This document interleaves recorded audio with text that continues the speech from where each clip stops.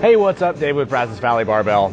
So today we're going to be talking about what I think is the most underrated bench press variation, and that would be the pin press. So I kind of hesitated to put it into this category because I do think that this exercise is pretty widely utilized, but I think there's enough people, especially with bench press, that say that the only variation that you might need is just regular competition bench press, a longer pause, and maybe like a close grip bench press. But I think we miss a lot of opportunity to connect with a lot of different lifters' weaknesses.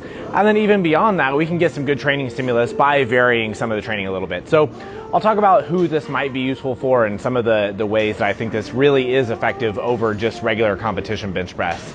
So what the pin press does, and when I'm saying pin press, specifically I'm talking about the low pin press. So there's a lot of ways that people can utilize it. The way that I utilize it almost always is going to be that the bar touches just off of your chest. So as close as you can get to your chest without the bar actually getting on your chest.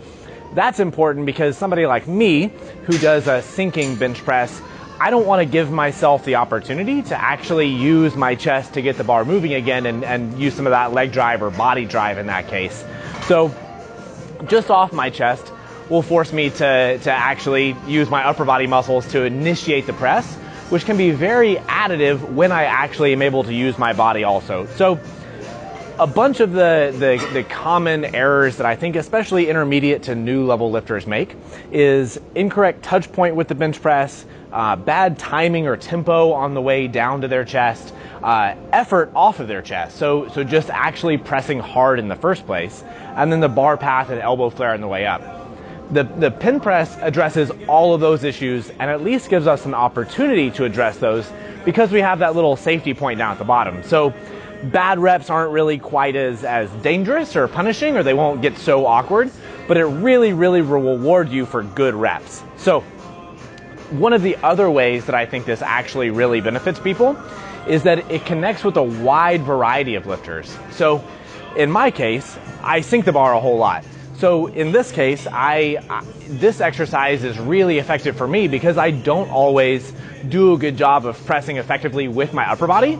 Sometimes I rely a little too much on just pop off my chest.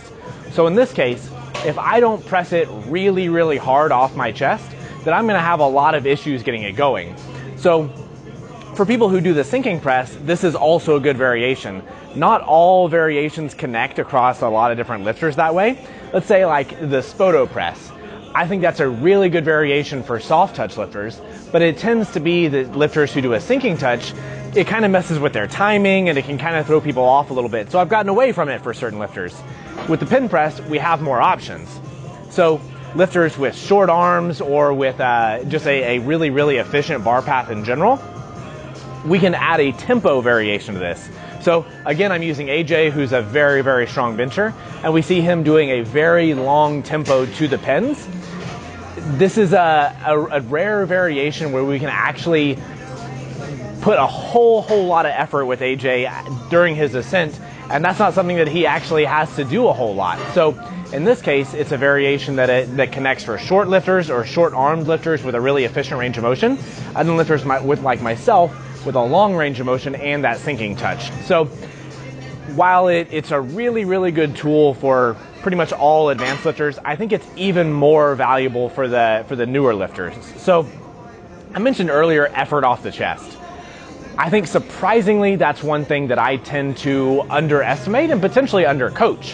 When I have a new to intermediate lifter, sometimes I forget that just telling people to try their hardest, and I actually say that kind of as a joke cue here and there, but a lot of times I'm pretty serious, where if we just put more effort into the bottom portion of the lifts, try your absolute hardest when you're pressing it off your chest, the lifts become a lot more effective and we get better training from them. The pin press will definitely reward you and then punish you if you don't do that. So the pin press, I think, is probably one of the easiest ones that you can include in your training right away.